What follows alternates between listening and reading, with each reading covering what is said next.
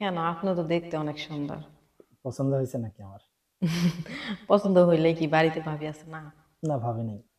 কি বলেন? হ্যাঁ, ভাবি নাই। আপনারও যেমন জামাই নেই, আমারও তেমন বউ নাই। ওই যে একটা গান বের হইছে না, তোমার জামাই নাই আমারও বউ নাই, ওইরকম আর কি। আপনি, আপনার ভোকালটা অনেক সুন্দর, আপনি অনেক সুন্দর গান গাইতে পারেন না? কে আমি? হ্যাঁ, খু না তো। আমাদের দর্শকদের একটু গান শোনান না। আমি সাথী তুমি কার? তো আমি পারি না, তারপর মানে একটু চেষ্টা করেন, একটু মানে একটু হয়তো চেষ্টা গানের শোনেন। ফার্স্ট পর্যায়ে যখন ধরেন যে একটা মেয়েকে, একেবারে মেয়ে, ওই মেয়েটার কিছুই হয় নাই, হ্যাঁ, কোনোদিন কোনো ছেলের স্পর্শ হইতে নেই, ওই মেয়ের বিয়ে হয়েছে, বিয়ের দিন পরে বাসর ঘরে কি ডাইরেক্ট কিছু করতে পারবে? অবশ্যই পারবে না। আগে একটু ইন্ট্রোডিউস হইতে হবে, একটু ফ্রি হইতে হবে, তারপরে। তো আপনি একটু গান গান, আমরা একটু আপনার সাথে ফ্রি হয়ে যাবো, তাই। তারপরে মাঠে নামতেছি। আসলে আমি গান মানে যখন একটু গুনগুন করে গাই, যখন মানে বাসায় থাকি একা একা বা ভালো লাগে না তখন একটু বলি। তো আপনি যেহেতু বলছেন, আমি মানে উম, বলতেছি, সমস্যা নাই। আমি জানি না দর্শক কি ভাব।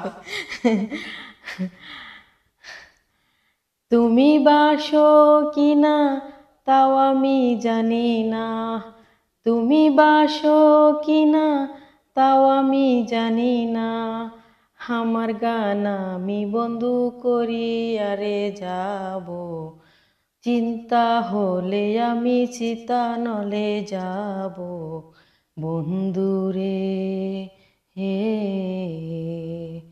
তুমি বাসো কিনা তাও আমি জানি না, ভালোবাসো কিনা তাও আমি জানি না, আমার গান আমি বন্ধ করি আরে যাব, চিন্তা হলে আমি চিতানলে যাব, বন্ধুরে হে।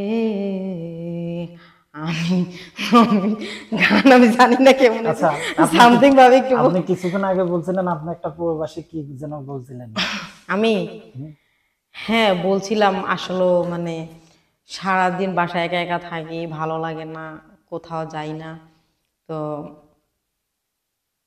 চিন্তা ভাবনা করছি মানে যদি কোনো ভালো প্রবাসী ছেলে পাই, প্রবাসী হোক বা বাংলাদেশি হোক, কারণ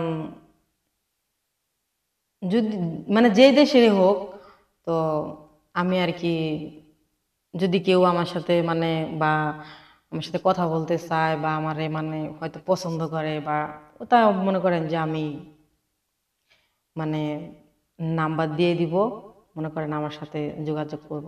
আচ্ছা, আপনার সাথে যোগাযোগ করবে আর কি। তো দর্শক, আমরা তার নাম্বারটা দিয়ে দেবো, আশা করি তার সাথে আপনারা যোগাযোগ করে নেন। আমরা বিদায় নিচ্ছি, ভালো থাকবেন।